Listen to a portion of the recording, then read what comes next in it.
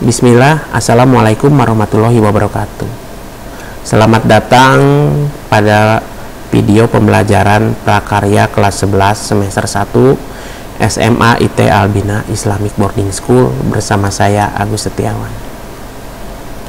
Ini merupakan video pembelajaran yang pertama di mana kita akan mempelajari bab 1 kerajinan dengan judul Wirausaha Kerajinan dari Bahan Limbah Berbentuk Bangun Datar. Baik, pembahasan pertama kita akan gali tentang limbah, di mana limbah tersebut dapat kita manfaatkan sebagai bahan baku pembuat kerajinan. Baik, kita langsung mulai. Produk kerajinan pada awalnya dibuat manusia untuk tujuan fungsional, baik untuk kepentingan keagamaan, religius, maupun kebutuhan praktis. Produk kerajinan tersebut berupa peninggalan pada zaman batu, seperti artefak-artefak, kapak, dan perkakas. Kemudian pada zaman logam berupa nekara, moko, cenderawasih, kapak, bejana, hingga perhiasan seperti gelang, kalung, dan cincin. Sejalan dengan perkembangan zaman, konsep karya kerajinan terus berkembang. Pembuatan karya kerajinan yang pada awalnya untuk kepentingan fungsional dan dalam perkembangannya mengalami pergeseran orientasi ke arah nilai keindahan atau estetis. Kekayaan alam Indonesia merupakan modal untuk menghasilkan produk kerajinan, karena sejak zaman dahulu rakyat Indonesia telah menggunakan produk kerajinan untuk memenuhi kebutuhan hidup sehari-hari. Produk kerajinan lebih memanfaatkan bahan-bahan alam, tapi ada juga yang memanfaatkan bahan limbah sebagai bahan kerajinan seperti limbah kertas, plastik, karet, dan logam. Maka dapat ditarik kesimpulan bahwa tujuan manusia membuat kerajinan adalah untuk satu, untuk kepentingan keagamaan atau religius. Yang kedua, untuk kebutuhan hidup sehari-hari. Yang ketiga, untuk kepentingan pajangan dan hiasan. Dan yang keempat, untuk kepentingan mata pencaharian. Selanjutnya kita tampilkan gambar yang menampilkan sampah di suatu tempat pembuangan. Bagaimana pendapatmu ketika melihat sampah yang berserakan tidak teratur di suatu tempat seperti gambar tersebut? Maka dapat ditarik kesimpulan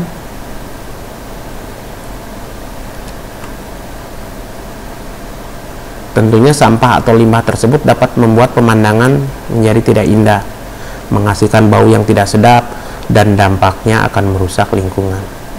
Limbah tersebut sebenarnya dapat dimanfaatkan sebagai bahan kerajinan yang bermanfaat bagi kehidupan manusia. Pengolahan limbah memiliki prinsip yang dikenal dengan sistem 3R.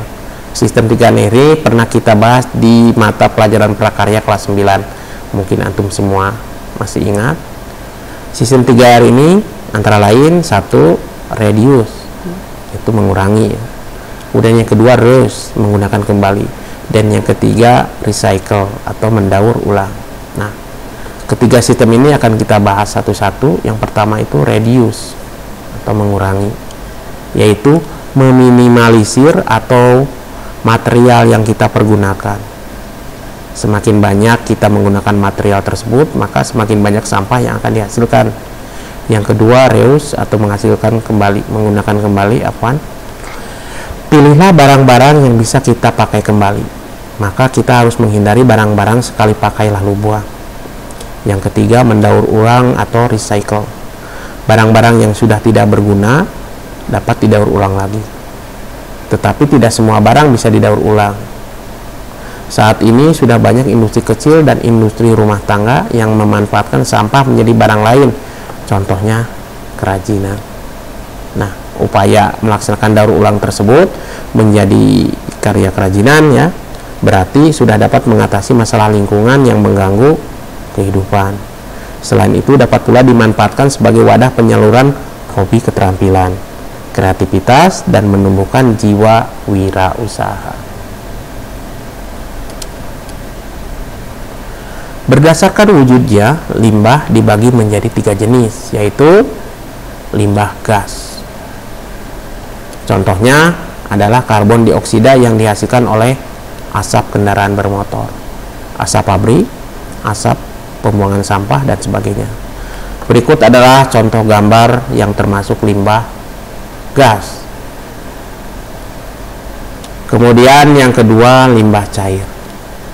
Contohnya air sabun bekas cucian, minyak goreng buangan, limbah dari buangan pabrik, dan sebagainya. Ini adalah contoh limbah cair hasil dari pembuangan pabrik. Dan yang ketiga adalah limbah padat. Contohnya plastik, botol bekas, kertas bekas, dan lain-lain. Berikut juga ini adalah gambar contoh yang termasuk ke dalam limbah padat. Selanjutnya, berdasarkan sumbernya, limbah dibagi menjadi 4 jenis, yaitu kita tunggu, ada 4 di sini. Yang pertama, limbah dari hasil pertanian. Contoh gambarnya seperti ini. Yang kedua, limbah industri. Contohnya seperti ini. Yang ketiga, limbah pertambangan. Contohnya seperti ini. Dan yang terakhir adalah limbah domestik rumah tangga. Contoh gambarnya seperti ini. Kemudian berdasarkan senyawanya, limbah dibagi menjadi 2 jenis, yaitu limbah organik dan anorganik. Kita akan bahas yang pertama, limbah organik. Limbah organik merupakan limbah yang mengandung unsur karbon, sehingga bisa dengan mudah diuraikan atau bisa membusuk secara mudah. Contohnya kulit buah, sayuran, kotoran manusia, kotoran hewan, dan sebagainya. Berikut adalah contoh dari limbah anorganik. Yang kedua, limbah anorganik. Limbah anorganik adalah sejenis limbah yang wujudnya padat, sangat sulit, bahkan sulit sekali untuk diuraikan atau tidak bisa membusuk. Contohnya yaitu dari kaleng bekas, botol bekas, plastik, potongan atau plat dari logam, dan sebagainya. Ini adalah contoh gambar yang termasuk limbah anorganik.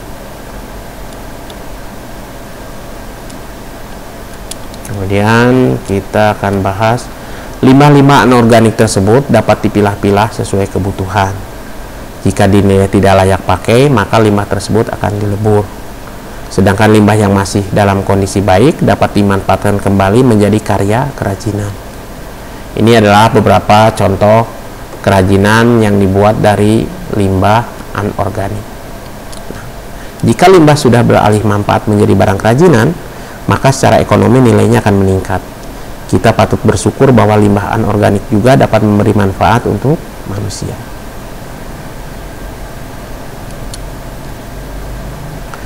Apa itu limbah berbentuk bangun datar?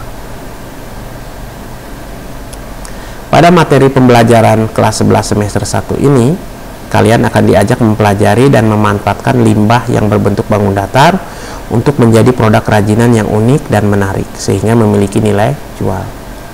Limbah berbentuk bangun datar adalah limbah yang berbentuk bangun yang berdua dimensi, yaitu limbah yang memiliki sisi panjang dan lebar, sehingga tidak mempunyai ruang. Limbah berbentuk bangun datar dapat berupa bidang beraturan seperti lingkaran, segi 4, segitiga, atau bahkan bangun yang tidak beraturan. Contoh limbah berbentuk bangun datar antara lain daun, kertas, kain perca, plastik, dan sebagainya. Berikutnya, maksud dan tujuan mata pelajaran prakarya dan kewirausahaan, khususnya untuk kelas 11 ya. Baik.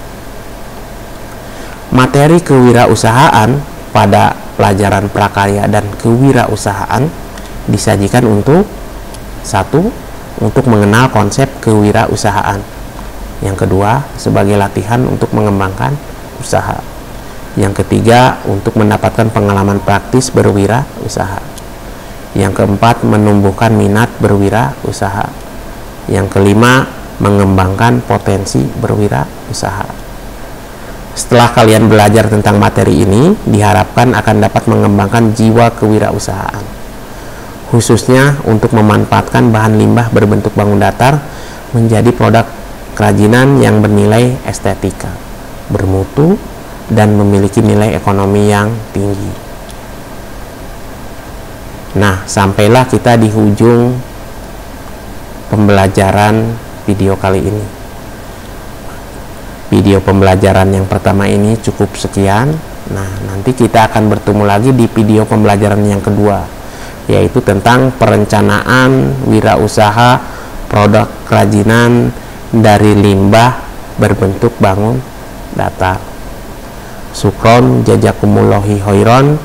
Wassalamualaikum warahmatullahi wabarakatuh.